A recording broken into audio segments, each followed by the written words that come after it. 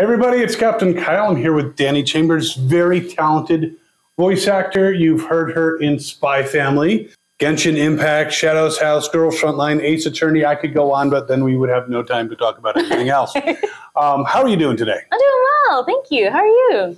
I'm doing pretty well. Good. I get to interview you, so that's Stop. that's one of the highlights of my day. So, I like to ask this of voice actors, whoever those people may be. How did you discover voice acting? How did it come into your life? Well, I've been an actor since I was 6. I've loved the stage. I love doing every kind of acting, whether it be like community theater or film and TV. I mainly gravitate towards theater, but I started my voice acting career in 2013, and pretty much it's been a journey from there. And like the acting bug has always been in me, but specifically voice was in 2013, and working my way up has been a struggle, but I'm getting there. Got there. Yeah, absolutely. Some great titles. Mm-hmm. Now, do you find that your theater background helps with the voice acting, with projecting, and because sometimes you really have to use your voice in theater to convey that emotion, because people in the back row are like, "What?" Yes. Yeah. Actually, it's quite the opposite for voice acting. It was an easier transition because in voice acting, you're condensed in a box. So you can't move around as much, and you can't be as super, you can be super loud, but you can't like move your arms. You can't be too much with your body because the mic will pick it up. So, so they're easier like, hey, that's great. We're glad it was big, but let's pull it back a little bit. So it's easier to pull someone back than it is to push someone forward to give you the energy that you need. So it wasn't too much of a transition. It was hard, at least, to do with the mouth flaps and the timing. That was the difficult part, but everything else seemed pretty easy to ease into, if that makes sense. Oh, definitely. Now you mentioned the mouth flaps, which kind of segues into my next question I like to ask. Do you find matching the mouth flaps more or less difficult than like in video games doing reactions, or even in anime doing reactions where it's like, just having to be in pain or sound like you're in pain so much? Especially when I first started, it was very hard because, it's like, hey, you got stabbed in the stomach, for 4 or 5 seconds, go, and you're like, and you do it. That's not what it sounds like, but it's just as an example. I don't want to tear out your voice with that. Yes. It is pretty hard because, you have to make sure you match the timing, and you also have to make it sound authentic. Mm-hmm. And it can get difficult if you don't know how to do that properly. Because, if you do it wrong, you might throw off your voice, or you may push too hard. So it does take a lot of practice and in getting used to it by doing it more. Honestly, that's the only best way I can say to get better at it. But the more you do it, the more easily it comes. But once you're able to do that more, you'll be like, okay, now I get the timing, and it'll come a lot easier. Very cool. Yeah, the grunting and the groaning, it's like medium reaction. Large reaction, it can be. Yeah, it's like open mouth sigh or closed mouth tense. That whole thing, it's hard, but I mean, once you get the gist of it, it comes natural. Now, if you've done dubbing and such for Japanese anime shows, but you've also worked with Japanese video games. Mm-hmm. Is the process similar? Is it still matching the mouths, or is there more freedom? Or yes and no. Depending on the game, sometimes we'll have cutscenes. Mm-hmm. Where we have to match the flaps. Like for Fire Emblem Engage, there's like 1 or 2 cutscenes we had to dub over. But mainly it was just kind of like a free-for-all. We just had some lines we had that had a specific timing. Like you could say it however you wanted, but you had to keep it in time. Because it's like... that whole scene is maybe like, 5 minutes. So you have to make sure these are a certain amount of seconds or whatever. So it just depends on the project. But most of the time, it's pretty much free range. Oh, well, that's nice. It must be a little bit of a break. Yes. So of the characters that you have portrayed, which have been easiest for you to get into, and which have been most difficult? hard. It's a lot of characters I have to go through. Probably the hardest one was Becky Blackbell from Spy Family. Because voicing little girls are like my bread and butter. It's great. But she was like the spoiled rich girl for a little bit, but she wasn't mean about it. And so anytime I voice characters like that, they're usually mean. So it's like, how do I take that away? How do I take away the meanness, but still being nice, but still the cute little rich spoiled girl? And that's what having a great director is. Chris George is the director of the English dub for Spy Family, and he's amazing. I love him so much.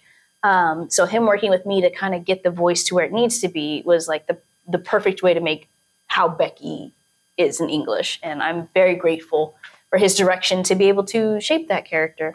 As far as the easiest one, probably Tamara from Fire Emblem, just because she reminds me of me, just, who can fight. And it was really easy to get into her character because she just bubbly, wants to help people and is there for her people. And she loves meat. So I was like, that's like 8 out of 10 for me right there. So I was totally cool with that. But yeah, like probably Tamara as far as the easiest character. So do you fight in real life? Or No, not at all. But meat is good. Oh, absolutely. Absolutely. That's, yes. Yes. Absolutely. Yes, absolutely. Yeah, I'm total carnivore. So with your roles, there's been some, I'm sure, very silly dialogue, but there's also been, I'm sure, scenes that have been very emotionally impactful. Can you recall a particular one that really got to you that you were like, I need a minute, guys? There is a YouTube. There's a series called Epithet Erased, which is a animation that is about, well, the first season's about a girl. She's like 12 and she's working hard for her family because her mother passed away in a fire, and it's now her sister, and her dad, and she's doing all the work in the family.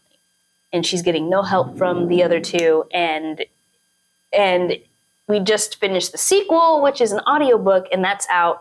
There's a scene in there where she kind of just explodes, and I personally lost it.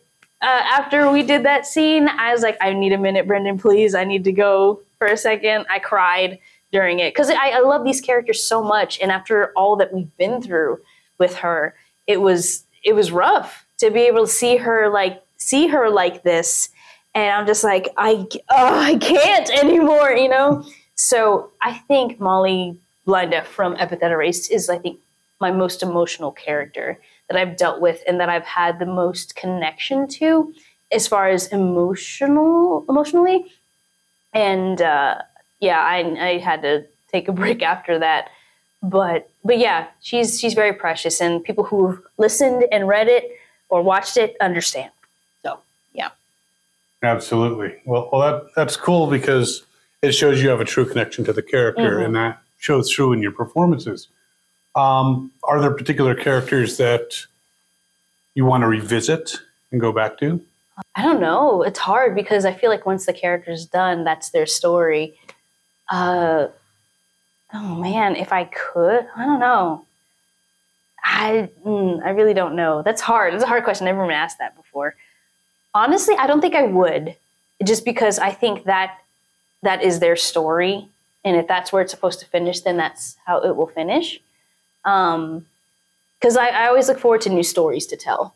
So anytime, if I do get a chance to go back for like a season 2, or it's like, oh, this bonus episode, that's great. I'm really glad to do that. But I think mainly I'd rather them have their stories placed where they're at. So when it's done, it's done. It's done. Yes. And you don't want to mess with. You don't want to do like 20 years later she became a car salesman. No, no. I mean, I'm fine for sequels and stuff if the story's still like up in the air. But if it's like that's a nice bow on it, I'm fine with that. I'm like, let it be. I'd rather not, make something dumb or something. Kind of ruin the ending. Yeah. Like, it was a perfect ending. I wanted to see more, and now I'm very upset. Disappointed. Yeah. Yes. So as you've been on your journey in voice acting, has there been a piece of advice that someone has given you that really kind of like gave you a light bulb moment? And who gave you that particular piece of advice? Or did just people were like, you're fine? No, not at all. I took a class with Richard Horvitz, who is, everybody knows who's Richard Horvitz. Invader Zim, Moxie in Hell of a Boss. He's a phenomenal actor. I took a class with him, and he taught me like the 5 steps of acting, if you ever are interested in. But he taught me, it's like the basics. It's like learning how to play as an actor.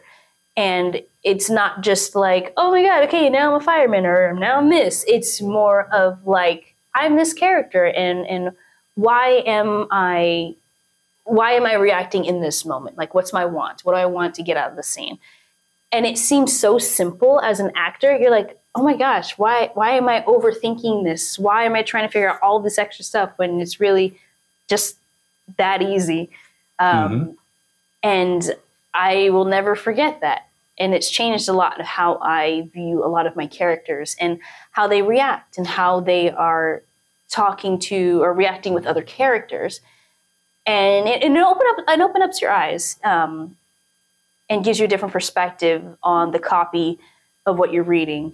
And I really appreciate him a lot. And if I ever meet him in real life, in person, I want to give him a big hug and say, thank you so much. You helped me and everything. So, but yeah, I think Richard Horvitz's direction has helped me a lot in my career. Yeah, he's a fantastic guy. Absolutely.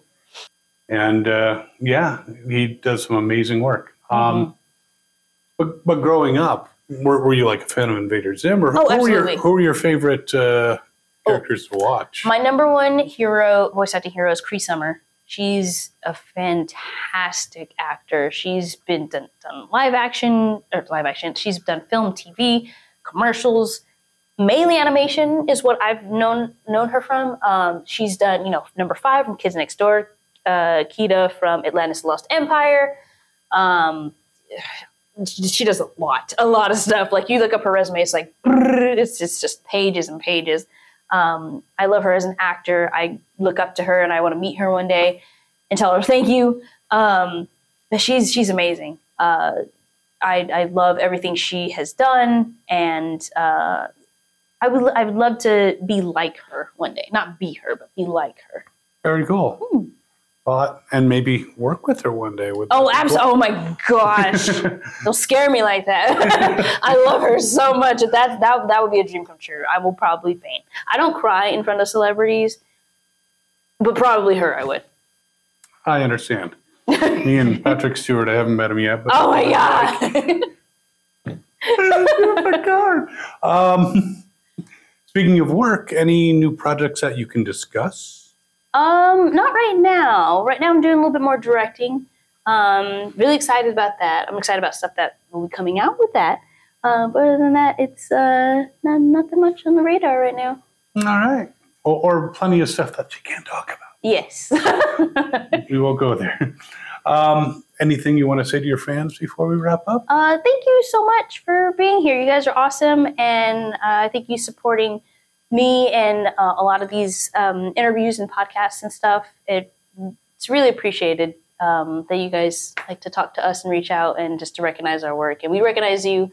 Thank you for talking to us and getting stuff out there. So thanks.